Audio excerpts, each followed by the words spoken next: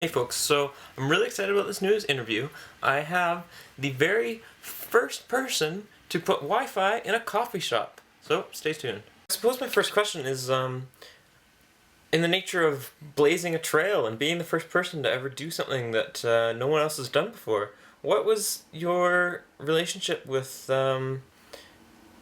making new things possible? What were there people who were telling you that no, you can't put internet through the air to your patrons, and that could cause whatever their problems with it were at the time?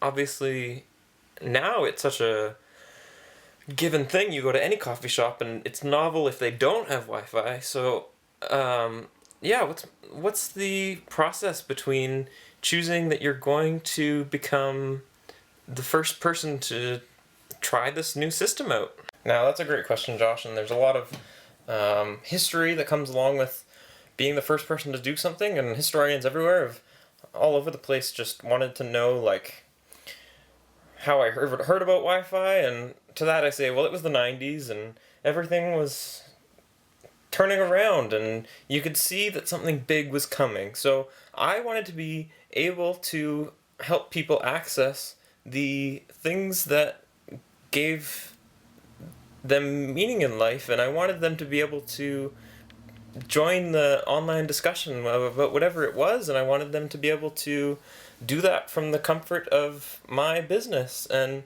so we decided to put in the first network, and at first it was met with a lot of suspicion. Are you trying to take my information? Do you need my passwords and who's watching and all this kind of stuff, right, as it comes along? But eventually people started to get really into it, and I was finding that they were spending more time in the coffee shop, and I was finding they'd maybe buy a second cup of coffee, which before that was unheard of. You would never buy 2 cups of coffee, but now because the internet was there, you had a reason to stay in the coffee shop for longer than just getting your takeout order or having a quick chat with a friend or whatever it was that you were there for. You were spending time engaging with the world now, and not just with the people in the community. Sure, there was a lot of community engagement, and there would be people saying, hey, show me this meme, and what are you laughing at over there, and oh wow, it looks like you're developing quite the conversation over there. But and so yeah, for the most part, it was a great thing that we were proud to bring to our customers. That's amazing. Now, how do you feel about the current state of things? I mean, it's unheard of to have a coffee shop that doesn't have Wi-Fi in it now. So, do you believe that, like, we've come too far, or do you like the way that things are at? And are there things that you see that are destructive in this environment, or is everything hunky dory? Like, how do you see today?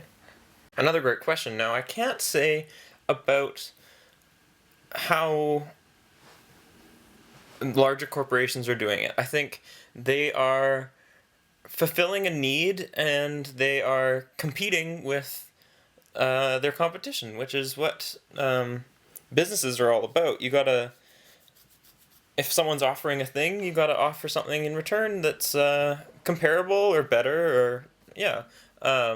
So to say that, oh, all companies should get rid of Wi-Fi is a little bit ridiculous, especially saying that I was the one who brought it to the world. So if there was one thing I would really wish that people would share their internet experience, which is just as much their internet experience is just as much an experience as regular life. I wish that people would share their internet experience with the people around them, because they're oftentimes getting information and what have you that is really great, and I find people are very hesitant to tell their neighbor, hey, I found this funny picture, or yada yada yada. Internet experience is what it is, and that will change by the time next year rolls around, and that'll change even more 10 years from now. But for the most part, I think we need to be encouraging engagement online and off. So if that means turning off the Wi-Fi once an hour for 10 minutes, then I don't know, maybe that's a good idea. But also I think the importance should be that we create environments for success. Now that's great and everything. At this point, I think everybody in the world, excluding some small groups, and of course there's going to be exceptions, creates content for the internet. Whether that be a Facebook status about your breakfast, or a Twitter post about the new song that you like, or a MySpace post about your top 5, and all of these things, they're relevant to the discussion of just the internet. And so I think it's wonderful that everyone can get connected, and now it's in your pocket all the time. But at that time, it was really hard. You had to get a dial-up modem, and you couldn't use the phone when you were talking unless you had 2 lines, and all of these things that like make restrictions but are still connecting people to each other, and that's really great. So my next question is like, were your employees happy about the change? I mean, you said that they're ordering more coffee and all this kind of stuff, which is great because it brings more income into your establishment, and that allows you to enrich the lives of yourself and people that are associated with you. Your employees can have more hours so that they can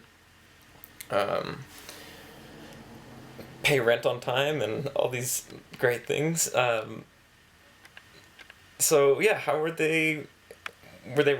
was their response to being tied to the incoming change?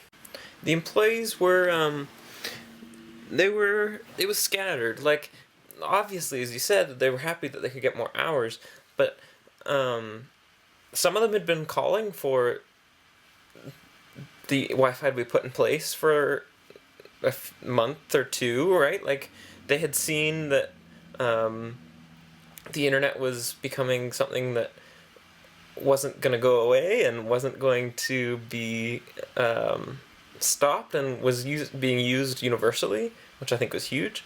And so, yeah, we had employees that were like, we really got to teach these patrons and people of the community that we care about, we got to get them hooked up to the internet, because it's really great. And we had like a little tip jar on the side that said Wi-Fi fund, and it was a funny joke for a while, right? Like, oh yeah, like we're gonna get Wi-Fi in the coffee shop, and that was a bit of a funny thing for a while. But people started putting money in it, right? Like, they were voting with their dollars that this was something that we want. And so that made me think, like, I wonder if this is actually possible, because there are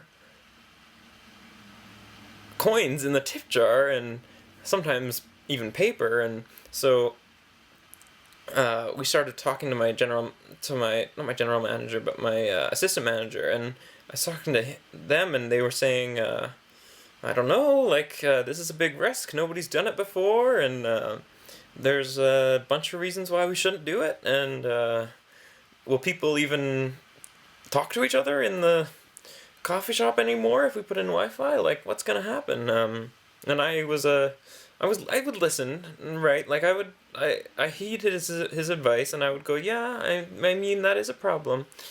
But also, the customers seem to want it, because that tip jar with the Wi-Fi fund taped to the front of it was filling up, and there'd be times in the day people would come into the shop and they'd say, yeah, well, we haven't got internet yet at the house, but we noticed that you got the Wi-Fi here, so I bought myself a little laptop, and well, now we're a 5 email family, which I think he was maybe joking, but there's some truth to that. I mean, when you're able to connect people to the internet, there's a level of respect, and I was finding people were maybe maybe they were bouncing around between a couple different coffee shops, right? Like, oh, maybe I'll go to the such and such today, but no, maybe I'll go to the other one tomorrow. And but no, now they were committed that they were gonna sit here for maybe 20 minutes and reply to some email and maybe check out a interesting link from their friend and all this kind of stuff, right? Like the internet was different back then. You couldn't watch streaming video and all this stuff, but there were things to do and people were finding them and people were actively engaging with the world around them. And so when the lease came up for the router, we had to sit around and go, is it even possible for us to take away the Wi-Fi now? That's where it was kind of sitting. It was like, well, they're depending on us now to provide this service for them, so we can't just strip that away because the lease is up. No, we're in this for the long haul. That's what really great, and I had one final question. I know what you're gonna say. Yep, I'm still on the internet. I was one of the first to ever join the web, and I got a email account on my own personal website, and that was pretty monumental. And yeah, I'm still receiving email all the time. I would get just today I'd get one from my customers from way back in the day that have since moved to Timbuktu or wherever else they're going, and because they made internet friends way back then, and now they're engaging with them as opposed to sticking around where they 20 feet from where they were born, you know.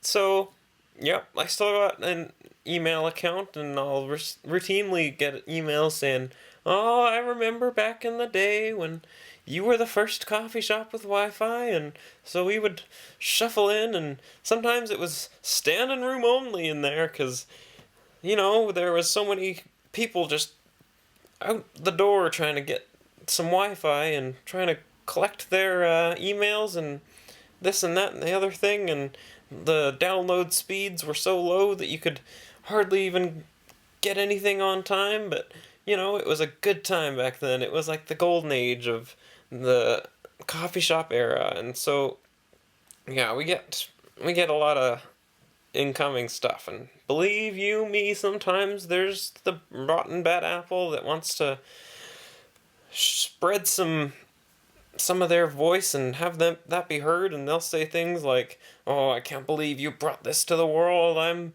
so bombarded with Wi-Fi all the time. I gotta go to the freaking mountain to get away from it, and what do you know, I'll get to the top and there'll be someone periscoping from it. So, you know, I get a lot of email from a lot of different people, maybe like, I don't know, maybe like 5 a month, I know. And so I'm still there. I haven't really adopted to the whole social network, all that kind of stuff. That's a little beyond me. I don't need my relatives and all that to know what I'm up to, but, you know, if you need me, you can still reach me, and so that's the main thing. I mean, everybody has their own level of engagement with the web, and I'm just another person on it. So yeah, a great interview with you, Josh, and hope that we can maybe talk again. And I hope your Wi-Fi